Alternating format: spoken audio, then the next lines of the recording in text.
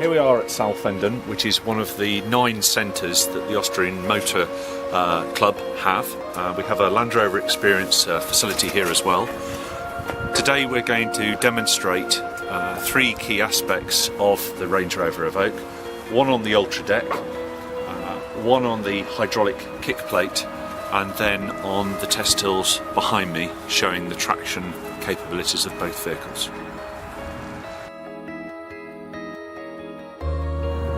Right, we're just going to start our ascent of the Ultra deck.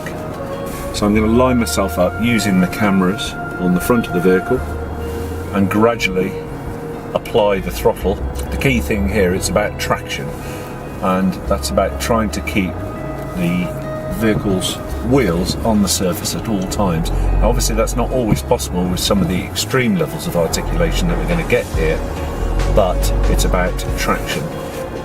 So here I'm applying the throttle and my front wheel is actually up in the air. As I progress slowly across, you can see the vehicle's angle.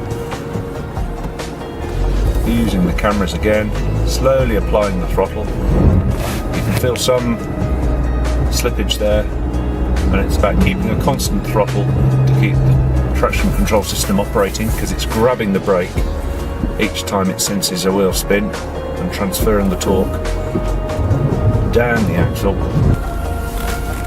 coming down onto the flat surface, and again using the hill descent control just to control the vehicle as we come down onto the flat surface. There we are.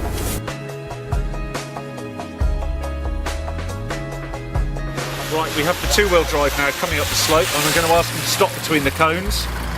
I'm asking him now to pull away. It's only 2-wheel drive and only powered from the front. See the wheel spin that we've got there? Very little wheel slip at all on a very slippery surface. Almost impossible to stand up on it. You can see the cone, how quickly that goes down the hill. And here we have the 4-wheel drive. Ask him to stop. Same demonstration. Ask him to pull away. Virtually no wheel spin at all, other than very momentarily before the traction control system brings it under control. So we've got a car coming in to the hydraulic plate. As they hit the plate, the back of the car, a skid's induced by kicking the back wheels. That induces a skid within the vehicle, and both the driver and the vehicle are trying to correct that, but the dynamic stability control comes in far quicker than the driver is able to react, controlling the brake pressure to each of the individual wheels, trying to get the car back on a centre line.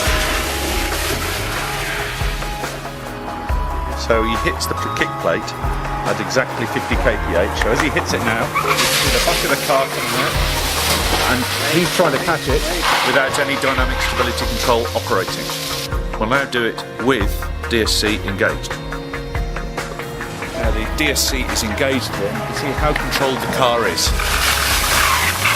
So he's very easily able to catch that to drive through the obstacle.